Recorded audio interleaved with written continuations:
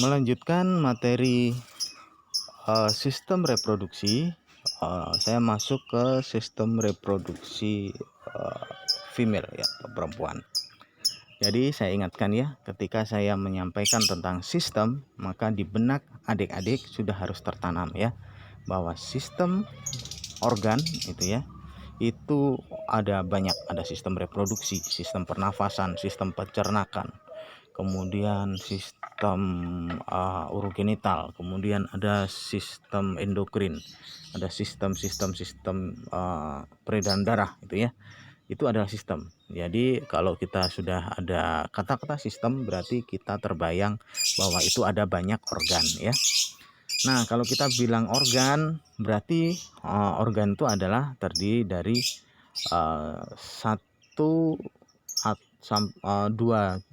dua jenis jaringan atau lebih yang dia membentuk sebuah organ ya. Kalau saya bilang organ jantung ya, pasti di dalamnya ada jaringan otot, kemudian jaringan ikat, kemudian ada jaringan sel, saraf dan lain sebagainya. Ketika saya bicara jaringan, maka satu jaringan itu terdiri dari sel-sel dalam bentuk dan fungsi yang sama. Misalnya sel otot polos berarti hanya terdiri dari sel jaringan otot polos ya. Berarti terdiri dari sel-sel otot polos yang membentuk sebuah jaringan. Termasuk darah.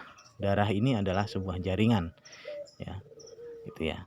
Kemudian kalau kita bicara tentang sel, berarti kita bicara tentang satu unit terkecil dari makhluk hidup yang masih bisa untuk melaksanakan metabolisme sendiri. Saya ingatkan kembali, kenapa? Karena ada makhluk hidup itu minimal satu sel ya. Bakteri itu minimal satu sel. Nggak ada makhluk hidup setengah sel, itu nggak ada. Jadi ada yang satu sel. Kembali ke slide PowerPoint, female reproduction system. Ya, ini adalah gambar anatomi dari female reproduction system ya. Sangat berbeda ya dengan male reproduction system. Ya. Sangat berbeda ya. Sangat berbeda. Nah. Oke, saya lanjutkan kembali. Nah, di female reproduction system saya ingin mulai dari penjelasan. Kalau tadi saya jelaskan pada male reproduction system, saluran perkemihan atau bladder, kandung kemih ya, ini dengan saluran sperma akhirnya bermuara menjadi satu ya, yang disebut dengan uretra yang berada di dalam penis ya. Kita lihat pada female reproduction system ya. Anda lihat di Anda cari ya, ada tulisan vaginal opening ya. Ini adalah saluran reproduksi ya. Kemudian ke kanan ya. Di situ ada bladder ya. Kemudian ada uretra. Cari uretra ya. Bladder, di bawahnya ada pubic bone, di bawahnya ada uretra. Nah, saluran reproduksi dengan saluran perkemihan pada female ini tidak menjadi kesatuan ya. Kalau pada male tadi kan dari seminal vesicle, kemudian dari bladdernya menjadi satu saluran di uretra yang berada di dalam penis. Kalau pada female tidak ya. Jadi vaginal opening itu adalah saluran reproduksi, kemudian bladder itu bermuara pada uretra atau saluran perkemihan. Oke.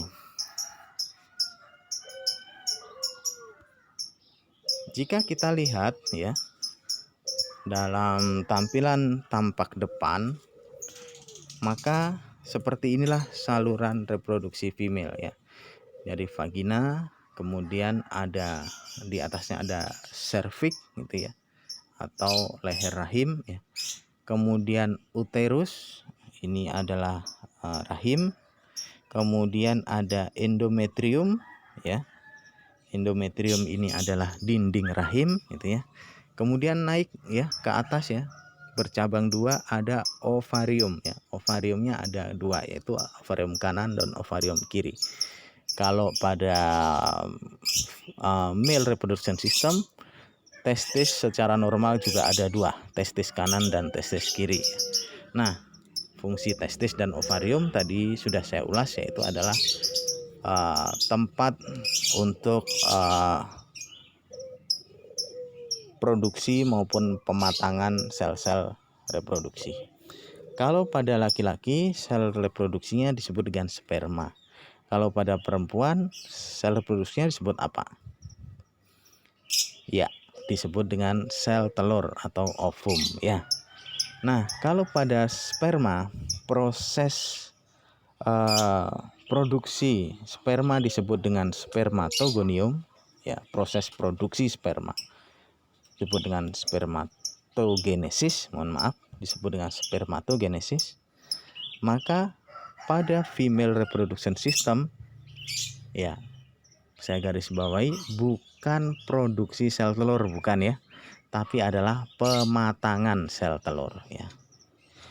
Pematangan sel telur. Jadi pada female, pada perempuan, pada wanita, itu sel telur itu sudah dicadangkan jumlahnya ya, ditetapkan jumlahnya itu ya ketika perempuan itu baru lahir ya. Jadi sel telurnya udah ada gitu ya. Tinggal menunggu proses pubertas, kemudian dimatangkan setiap bulan ya, secara normal gitu ya, dimatangkan setiap bulan gitu ya, matangin aja setiap bulan. Kalau pada laki-laki sperma itu diproduksi itu ya, sperma diproduksi, bukan dimatangkan saja tapi diproduksi. Jadi ketika bayi baru lahir dia belum punya sperma, baru setelah pubertas sperma diproduksi, mulai diproduksi. Kalau pada perempuan bayi lahir dia sudah memiliki cadangan sel telur yang akan dimatangkan secara periodik ya setelah masuk masa pubertas. Oke. Kemudian ada oviduct ya. Oviduct ini adalah saluran di antara ovarium dan uterus ya, rahim ya. Disinilah, di oviduct inilah tempat terjadinya fertilisasi atau bertemunya sperma dengan sel telur yang dimatangkan ya. Proses pematangan sel telur ya disebut dengan oogenesis tadi. Akan keluar sel telur itu dari ovarium menuju ke oviduct. Nah, ini disebut dengan proses disebut dengan ovulasi ya, ovulasi. Nah, adik-adik sekalian, sekarang saya akan fokus ke organ reproduksi dulu. Ingat ya, organ reproduksi adalah organ yang sebagai tempat ya dimatangkannya sel reproduksi, yaitu adalah ovarium. Saya perbesar ya sebelah panah ke kanan. Ya, di situ kita lihat ya, di ovarium itu ya, kita lihat pada yang paling gede dulu ada corpus luteum. Kemudian ke kanan ada degradating corpus luteum. Kemudian ada tanda stat ya. Stat. Coba Anda cari stat warna merah. Nah, stat. Nah, ini adalah proses oogenesis ya. Jadi ada yang disebut dengan primary oocyte ya. Kalau tadi kan spermatogenesis kan dimulai dari pembentukan spermatogonium baru spermatosit primer ya. Kalau pada wanita ini langsung sudah tersedia spermatosit primer atau oosit primer ya. Oosit primer yang tersedia dalam jumlah yang tertentu dan itu siap untuk dimatangkan ya. Kemudian oosit primer itu ya, ini akan semakin lama akan semakin matang, semakin mature ya. Dia akan mengalami pertambahan ukuran ya, dan juga akan mengalami pertambahan sel yang disebut dengan folikel ya, folikel ya. Jadi pematangan ini berimplikasi pada growing follicle ya, tumbuhnya sel-sel folikel. Folikel ini yang saya sebutkan tadi adalah sebuah sel yang melindungi dari ovarium gitu ya, dari ovum, dari ovum. Nah, semakin lama folikel ini semakin besar, tapi sel telurnya tidak semakin besar ya, tetap segitu. Kemudian disebut dengan mature follicle. Ini adalah masa di mana folikel sudah sangat tua gitu ya, dan siap untuk diovulasikan gitu ya. siap untuk diovulasikan gitu ya. Nah, kemudian ketika terjadi proses ovulasi, ini posisinya sel telur ini dalam keadaan oosit sekunder gitu ya. Ya, kemudian folikel ini pecah ya, rupture, kemudian keluarlah sel telur ini dari ovarium dan menuju ke ovida. Masih ada folikelnya, itu masih ada folikelnya yang melindungi ya. Itu ya, masih ada folikelnya, itu di situ nanti tempat folikel itu akan, sel-sel itu akan dihancurkan oleh akrosom sehingga materi genetik dari sperma bisa masuk. Nah, ini ya proses oogenesis ini dimulai dari primary oosit atau oosit primer. Kalau tadi spermatogenesis kan dari spermatogonium baru spermatosit primer kan, karena memang diproduksi. Kalau ini dimatangkan, jadi sudah tersedia oosit primer, kemudian mengalami pembelahan menjadi meiosis ya, pembelahan meiosis 1, dia hasilkan 2 sel disebut dengan oosit sekunder gitu ya, kemudian berkembang lagi menjadi meiosis 2 ya. Nah, sebenarnya ada 3 ya, ada 3 sel telur ya dalam proses pematangan ini. Cuman yang 2 ini tidak berkembang ya. Jadi yang berkembang hanya 1. First polar body dan second polar body ini tidak berkembang ya. Nah, ketika terjadi proses fertilisasi ya, di situ kita lihat ada sperma nukleus ya, artinya ekor sperma udah nggak ada lagi, tinggal nukleusnya saja masuk. Kemudian dia bersatu dengan inti dari sel telur, maka terbentuklah zigot ya. Zigot itu terbentuk. Kemudian zigot itu dia akan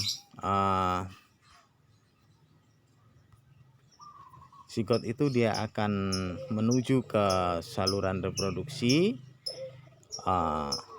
dan akan tertanam di uterus ya, akan tertanam di dinding uterus yang disebut dengan endometrium ya, tertanam di situ kemudian berkembang ya, itulah disebut dengan kehamilan ya, itu disebut kehamilan. Semakin lama semakin berkembang gitu ya, dan menjadi janin gitu ya, dan seterusnya sampai menjadi individu organisme. Nah,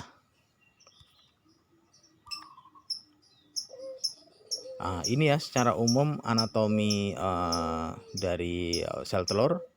Paling bawah ada follicle cell ya. Jadi follicle cell ini tadi yang saya ulangi lagi biar adik-adik paham, ditembus oleh enzim hyaluronidase yang ada di bagian depan dari sperma di akrosom. Kemudian setelah itu ada clear membran atau membran bening ya. Kemudian baru ada di belakangnya lagi adalah sitoplasma dan ada nukleus.